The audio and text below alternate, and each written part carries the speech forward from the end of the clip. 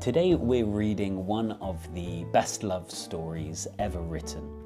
It's called The Gift of the Magi, and it's a Christmas story, and I thought with Christmas only 2 weeks or so away, it would be a perfect choice.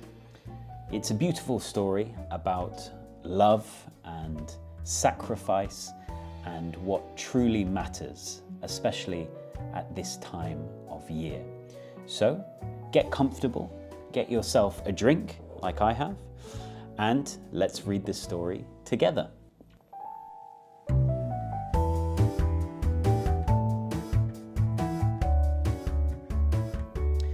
So in this lesson today, as I said, we'll be reading the story The Gift of the Magi, which was written in 1905 by the writer called O. Henry. You'll see the text on screen as I read. Please feel free to read along. Pause the video if you want and go back to re-listen to a sentence. And after we've read the story, we will go over some of the vocabulary or idioms and phrases that maybe you weren't familiar with. As we read the story, it might be an idea to write down some words that you didn't understand as well. And if we don't address them in this video, you can always leave them in a comment and I will do my best to explain the meanings of those phrases or vocabulary when I can. Okay, let's get started with the story then. The Gift of the Magi. $1.87, that was all. She had put it aside 1 cent and then another and then another. In her careful buying of meat and other food, Della counted it 3 times. $1.87, and the next day would be Christmas. There was nothing to do but fall on the bed and cry, so Della did it. While the lady of the home is slowly growing quieter, we can look at the home. Furnished rooms at a cost of $8 a week. There is little more to say about it. In the hall below was a letterbox, too small to hold a letter. There was an electric bell, but it could not make a sound. Also, there was a name beside the door, Mr. James Dillingham Young. When the name was placed there, Mr. James Dillingham Young was being paid $30 a week. Now, when he was being paid only $20 a week, the name seemed too long and important. It should perhaps have been Mr. James D. Young, but when Mr. James Dillingham Young entered the furnished rooms, his name became very short indeed. Mrs. James Dillingham Young put her arms warmly around him and called him Jim. You have already met her. She is Della.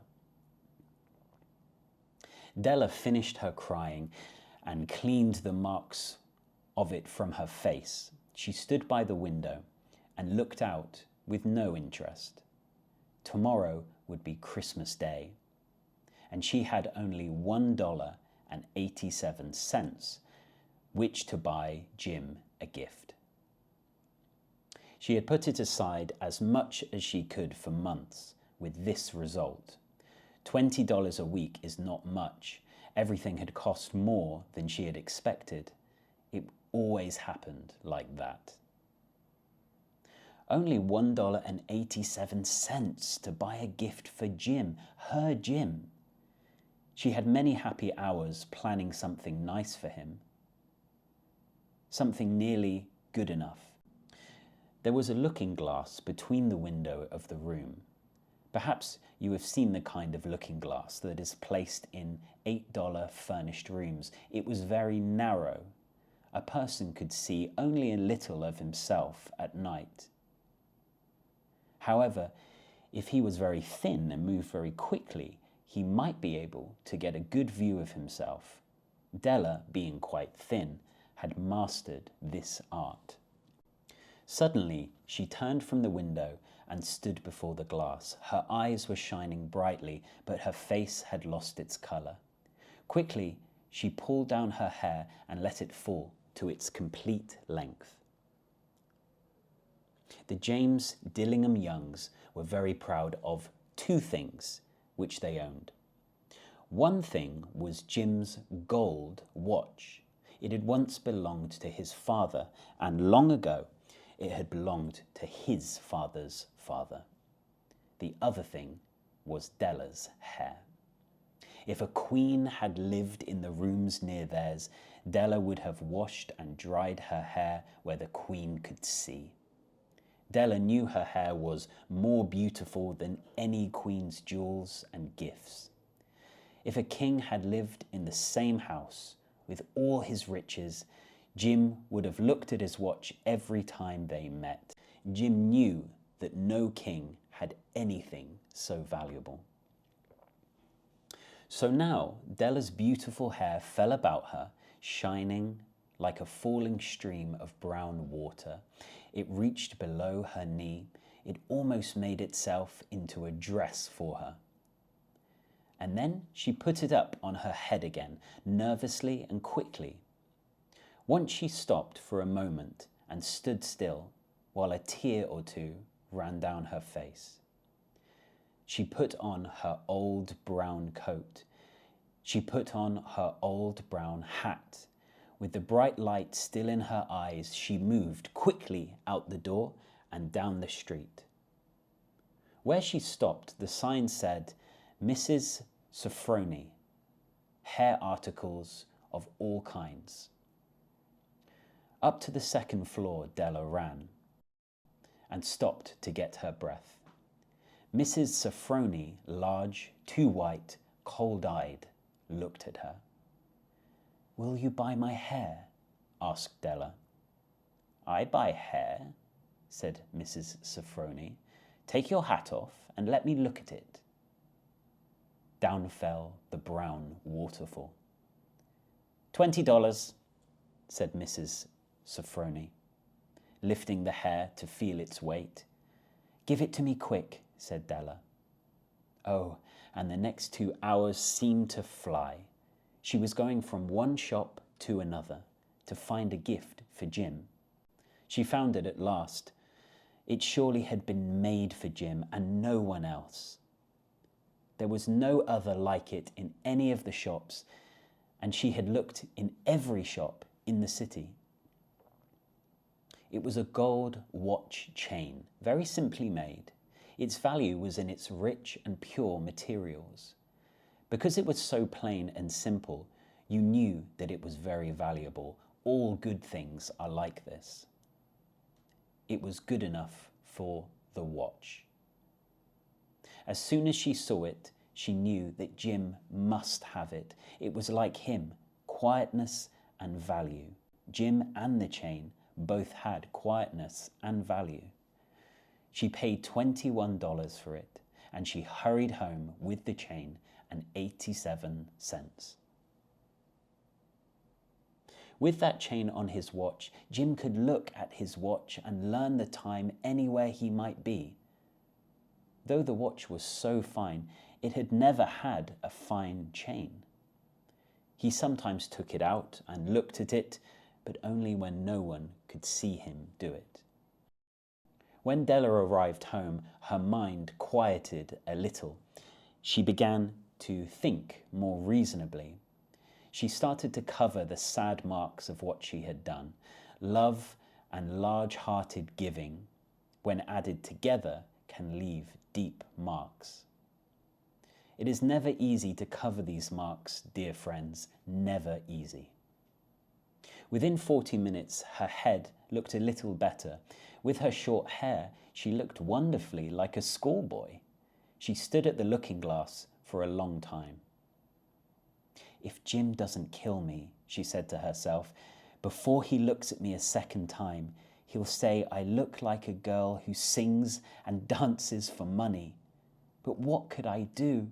Oh, what could I do with $1.87? At 7, Jim's dinner was ready for him. Jim was never late. Della held the watch chain in her hand and sat near the door where he always entered. Then she heard his step in the hall, and her face lost colour for a moment. She often said little prayers quietly about simple things every day, and now she said, "Please, God, make him think I'm still pretty." The door opened and Jim stepped in. He looked very thin and he was not smiling. Poor fellow, he was only 22 and with a family to take care of. He needed a new coat and he had nothing to cover his cold hands. Jim stopped inside the door. He was as quiet as a hunting dog when it is near a bird. His eyes looked strangely at Della, and there was an expression in them that she could not understand. It filled her with fear. It was not anger, nor surprise, nor anything she had been ready for. He simply looked at her with that strange expression on his face. Della went to him. "Jim, dear," she cried, "don't look at me like that. I had my hair cut off and sold it. I couldn't live through Christmas without giving you a gift. My hair will grow again. You won't care, will you? My hair grows very fast. It's Christmas, Jim. Let's be happy. You don't know what a beautiful, nice gift I got for you." "You've cut off your hair?" asked Jim slowly. He seemed to labour to understand what had happened. He seemed not to feel sure he knew. "Cut it off and sold it," said Della. "Don't you like me now? I'm me, Jim. I'm the same without my hair." Jim looked around the room. "You say your hair is gone?" he said. "You don't have to look for it," said Della. "It's sold. I tell you, sold and gone. It's the night before Christmas. Be good to me, because I sold it for you. Maybe the hairs of my head could be counted," she said, "but no one could ever count my love for you. Shall we eat dinner, Jim?" Jim put his arms around his Della. For 10 seconds, let us look in another direction. $8 a week or $1 million a year, how different are they? Someone may give you an answer, but it will be wrong. The Magi brought valuable gifts, but that was not among them. My meaning will be explained soon. From inside his coat, Jim took something tied in paper. He threw it upon the table. "I want you to understand me, Dell," he said. "Nothing like a haircut could ever make me love you any less. But if you'll open that, you may know what I felt when I came in." White fingers pulled off the paper, and then a cry of joy, and then a change to tears. For there lay the combs that Della had seen in a shop window and loved for a long time. Beautiful combs with jewels perfect for her beautiful hair. She had known they cost too much for her to buy them. She had looked at them without the least hope of owning them, and now they were hers, but her hair was gone. But she held them to her heart, and at last was able to look up and say, "My hair grows so fast, Jim." And then she jumped up and cried, "Oh, oh!"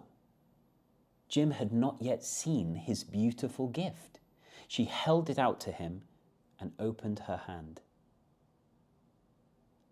The gold seemed to shine softly, as if with her own warm, and loving spirit. Isn't it perfect, Jim? I hunted all over the town to find it. You'll have to look at your watch 100 times a day now. Give me your watch. I want to see how they look together. Jim sat down and smiled. Della, said he, let's put our Christmas gifts away and keep them a while. They're too nice to use now. I sold the watch to get the money to buy the combs. And now I think we should have dinner. The Magi, as you know, were wise men, wonderfully wise men, who brought gifts to the newborn Christ. They were the first ones to give Christmas gifts. Being wise, their gifts were doubtless wise ones. And here I have told you the story of two children who were not wise. Each sold the most valuable thing he owned in order to buy a gift for each other. But let me speak a last word to the wise of these days. Of all who give gifts, these two were the most wise. Of all who give and receive gifts, such as they are the most wise. Everywhere they are the wise ones. They are the Magi. So that was the story, The Gift of the Magi. I hope you enjoyed it and were able to follow along okay. So I want to talk about some of the vocabulary and some of the phrases that were used in that story, and I will in a second. First, let's think about this story a little bit more. As I told you before, it's written by someone called O. Henry in the year 1905, so 120 years old this year. And it's a story about love and sacrifice. I've used that word sacrifice twice now. Do you know what it means? To sacrifice something is to give up. To give up something that is important to you or special. So in the story, these two people gave up their most valuable, special items, things, or possessions in order to give a gift to the other. So some vocabulary I picked out as some that you might not be familiar with. Maybe you are, but just in case. So the first one I noticed was flat broke. So flat broke means no money. You have not a penny to your name. You are flat broke. To count pennies, maybe you can guess the meaning already, is to be very careful with money. So imagine you have a pile of pennies. This is your last money that you have, and you're counting each individual penny to make sure you know exactly what you have and what you're able to spend. Sacrifice, we've already spoken about. To sacrifice something is to give up something that is important or special to you, usually to help someone else. And precious is something that is special. And some others I noticed, to cherish something is to love something very deeply. I cherish my fiance, I cherish my children, or maybe you cherish items, important items in your life as well that mean a lot to you. To burst into tears is a very common phrase we use in English. If something bursts, it explodes without warning, right? So if we have the phrase to burst into tears, imagine you are trying not to cry, you're holding back your tears, and then you can't hold them back anymore. This has happened to all of us at some point, and boom, the tears come out and you have burst into tears. You have suddenly started crying. And the last one I included was longed for. If you long for something, or past tense, longed for something, it means you wanted it very much. You miss it, you wish you could have it, you longed for it.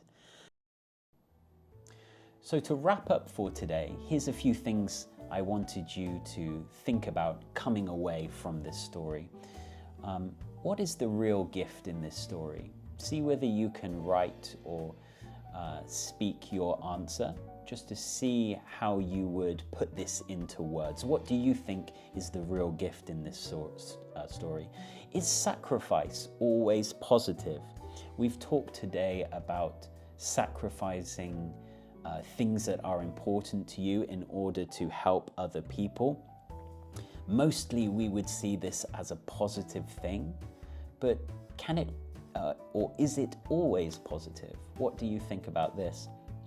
And finally, which new words did you learn today?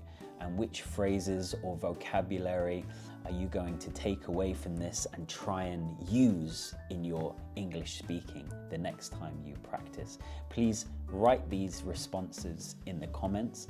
I'd love to hear from you. I'd be really interested to see your answers to these questions.